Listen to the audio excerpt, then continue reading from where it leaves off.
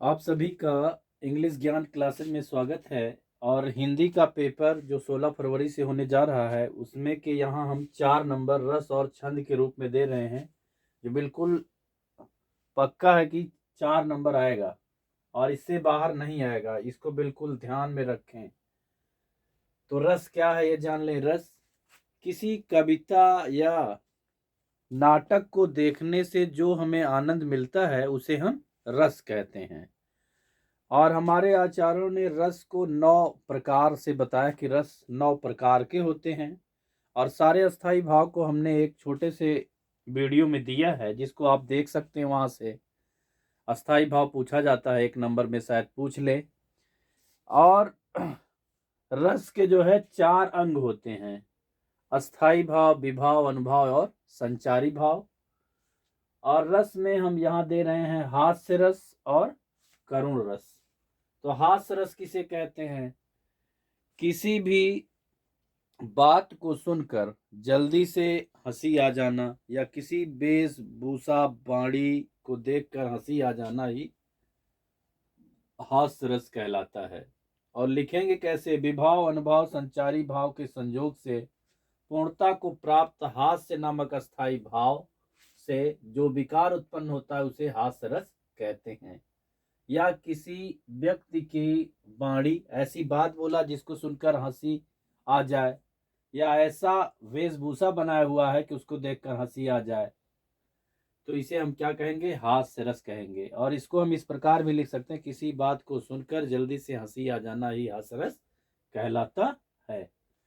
तो लिखेंगे विभाव, अनुभाव, संचारी भाव के संयोग से पूर्णता को प्राप्त हास्य नामक अस्थाई भाव से जो विकार उत्पन्न होता है उसे हास्य रस कहते हैं। उदाहरण है: शीश पर गंगा हसै, भुजन भुजंगा हसै, हास ही को दंगा भयो नंगा के विवाह में।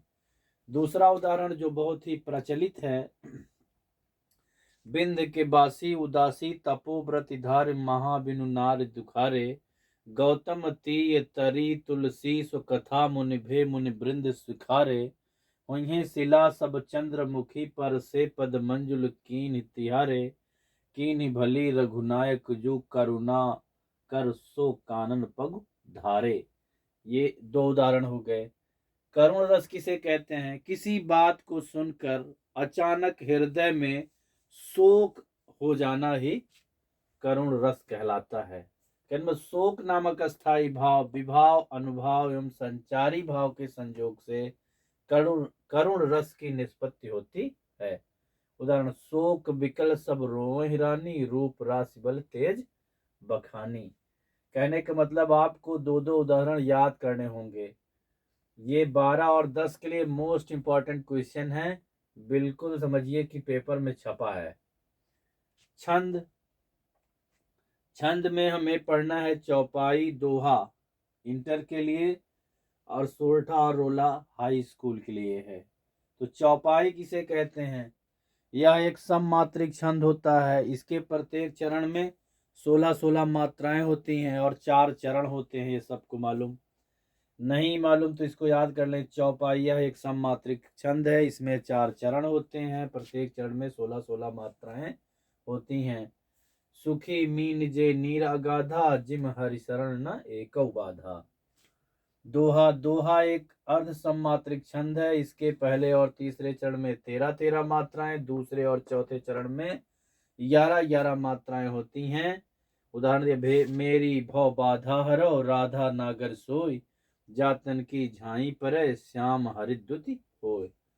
सोरठा बहुत ही इंपॉर्टेंट है। सोरठा 4 ऑब्जेक्टिव में हाई स्कूल के लिए मोस्ट इंपॉर्टेंट।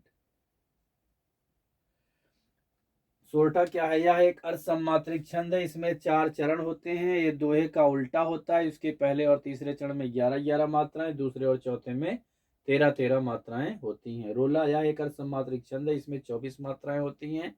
11 और 13 मात्राओं पर यति होती है। ये ध्यान देंगे। और 4 नंबर में ये पूछा जाएगा, रस और छंद। तो बिल्कुल जो है बेहतरीन ढंग से इसको पढ़ें, क्योंकि आज 13 तारीख है, 16 से पेपर होना है। तो इन सब को बिल्कुल ध्यान पूर्वक पढ़ें। और हमारे इस चैनल को सब्सक्राइब जरूर करें।